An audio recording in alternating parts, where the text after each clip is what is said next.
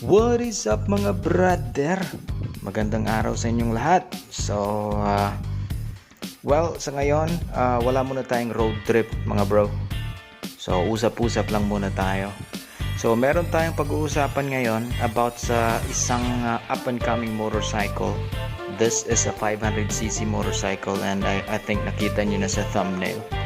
So, this is an up-and-coming motorcycle and bago din itong company na kalalabas lang dito sa Pilipinas. So, it's one of the contenders. So, masasabi ko lang, contenders to sa mga Big 4 and sa latest releases ng CF Moto na rin. So, sa napapabalita kasi mga bro, napaka mura ng motor na to when it comes to kung pag-uusapan natin yung displacement ng makina niya, which is 500cc. So pag-uusapan natin to ngayon, pero bago ang lahat, of course, alam niyo na yan, ipasok muna ang intro.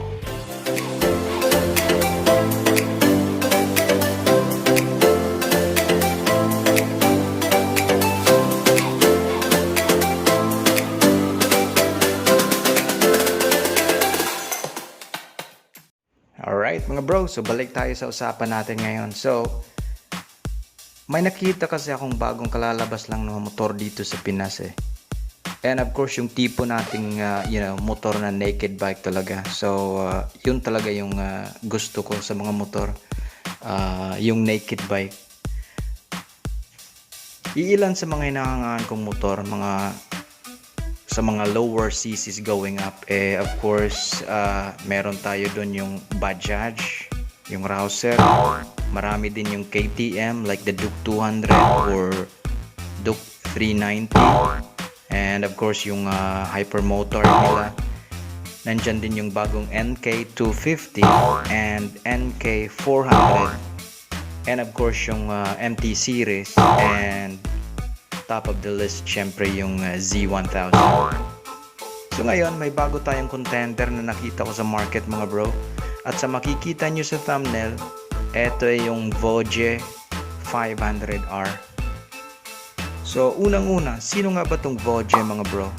So ang Voge ay isang Chinese bike brand. They are in partner with Lonsen in collaboration with MV Agusta mga bro. So yep, MV Agusta din ang ka-partners nila, which is also a very known brand mga bro. I think this is in Europe. So of course, unang misconception natin pag narinig natin yung China brand poor quality, yan yung una, or sirain, or disposable sabi nga nila, etc. Pero ang aim ng Voge is to eliminate that misconception mga brother by creating and manufacturing quality motorcycle that can compete with the Big 4 without of course compromising the price. So quality and affordability talaga yung habol ng Voge na to mga brother, yung company na to. Sa di pa nakakaalam, ang Lonsen ay isa rin sa mga nakapartner ng BMW. So tama ang narinig nyo mga bro, BMW. So hindi na to basta-basta lang company. Lonsen has already proven itself di lang sa China pero internationally. So na-recognize na sila, and turns out yun nga, kinuha din sila ng BMW to create or manufacture one of their motorcycles, which I think it was the GS series, yung older series nila from 500 up to 800cc ata. Di may pagkakaila na booming na talagang motorcycle community mga bro sa ngayon. So marami na tayong demands when it comes to motorcycles, and some companies are rising to the challenge para masatisfy ang needs and wishes ng mga motorista.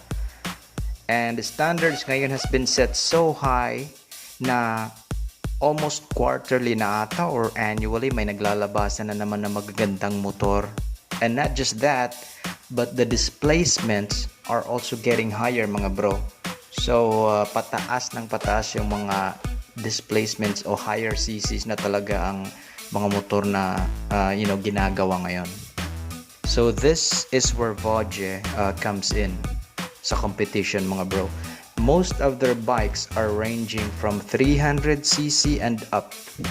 It comes from an array of sports bikes. Meron sila dyan.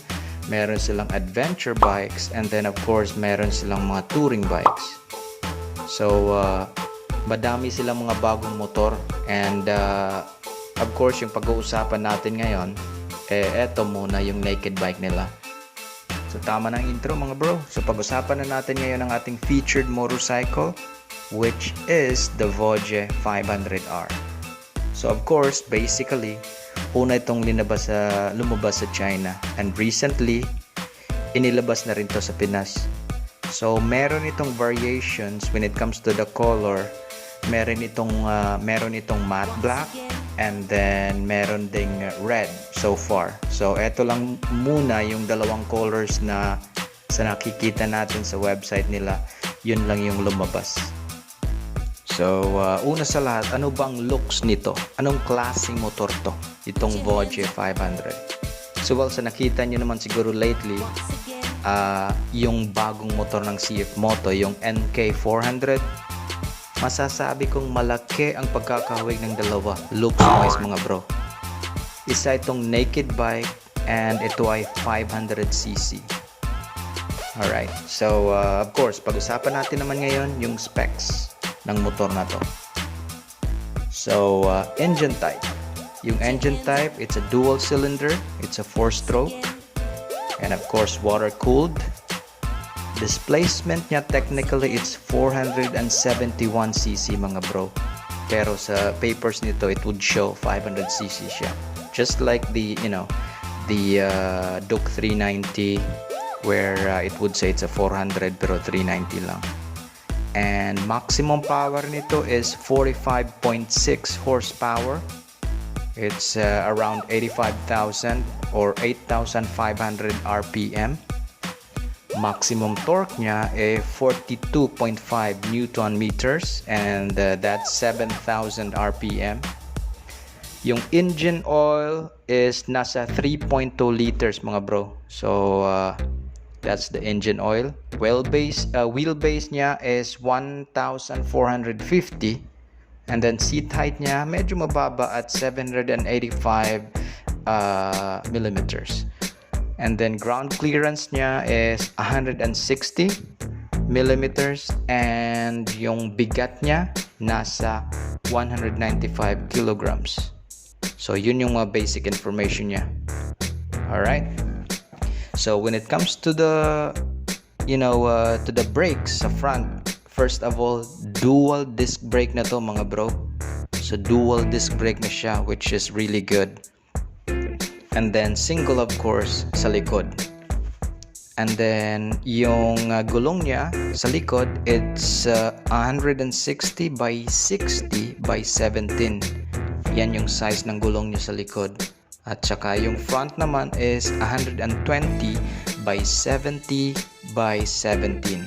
So yan yung measurements ng yan yung size ng gulong niya, likod at harap. And yung tangke niya, mga bro, is nasa 17 liters. So malaki talaga yung fuel capacity nito. Malaki yung tangke. So pwede nyo talaga itong masasabi ko, since naked siya, pwede mo rin itong i-tour, pang tour na bike. Kasi yung position mo nga up front. So pwede to with 17 liters. And sa narinig ko, mga brother, when it comes to the fuel consumption, nasa 20 to 24 kilometers per liter. So hindi na masama yan for a 500cc. So of course, mga meron ng mga big bikes dyan, most of you can relate to it. Hindi na masama yan. Alright, so eto pa, mga bro, additional na information about the parts naman sa motorcycle. So KYB shock absorbers na, mga bro. So, sa mga mahilig sa motor dyan, I'm pretty sure na kilala nyo na yung KYB na brand na yan. KYB inverted forks na siya sa front. And then another known brand, Nissan mga bro. Nissan brake calipers. So, magandang quality din yan ng calipers. And eto pa, yung kung nakakabili tayo ng motor, mostly ito yung pinapalitan natin lagi. Unang-unang pinapalitan. Pero eto, yung gulong niya bro, Pirelli Angel tires na. So yan, maganda na talaga yung quality ng gulong nito. At saka full LED lights na siya from front to back, signal lights, ABS brake system na rin. And ECU mga brother is Bosch.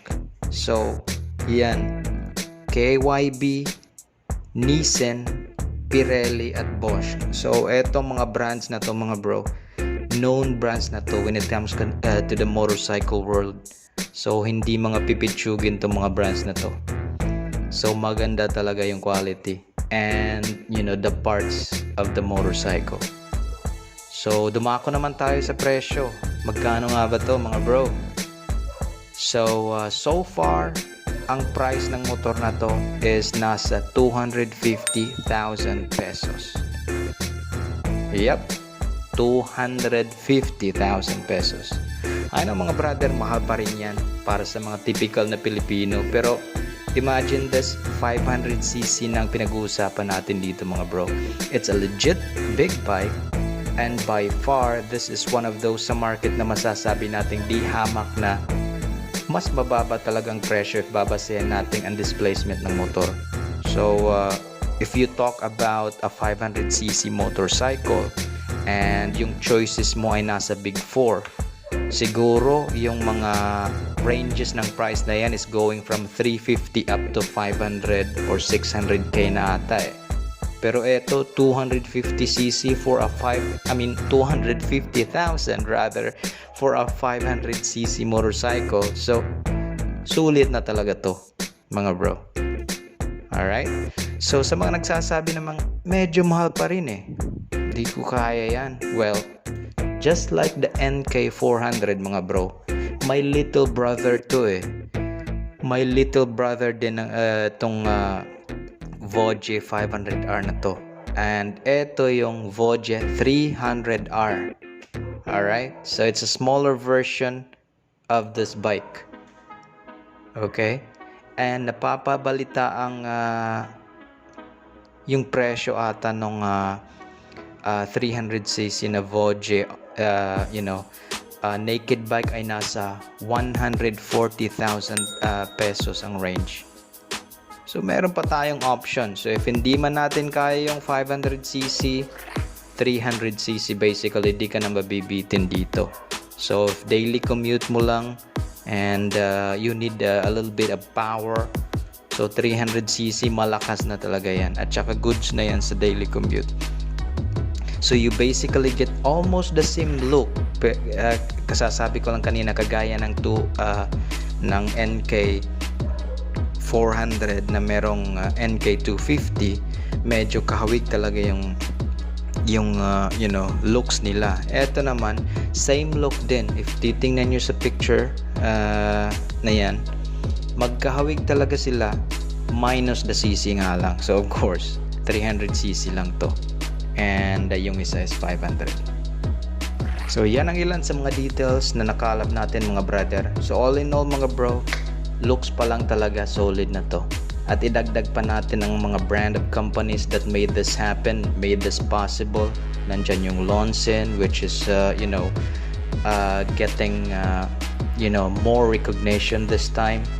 And of course in collaboration again with MV Agusta, which is already established company.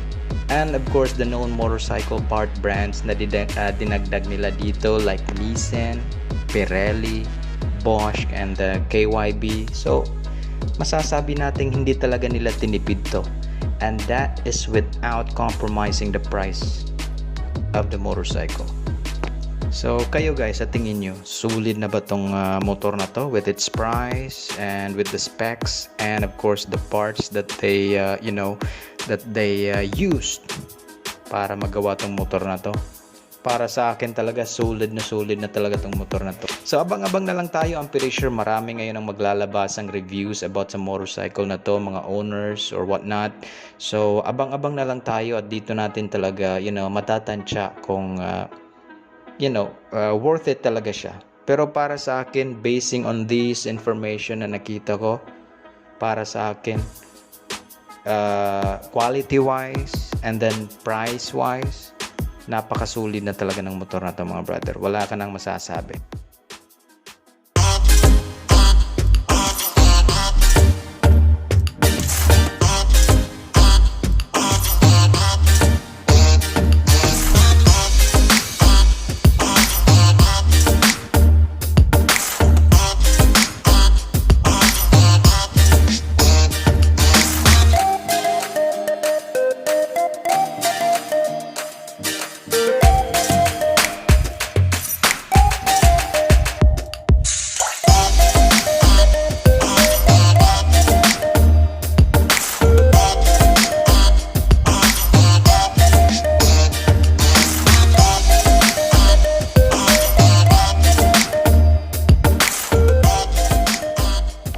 Alright, so yun lang yung topic natin ngayon mga brother, and as usual, alam niyo na yan. Please click on like, subscribe, and hit on that notification bell para updated kayong lagi sa mga susunod na videos natin if meron, okay?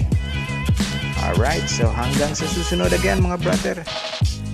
Ride safe as usual and be safe. Peace out. Yo!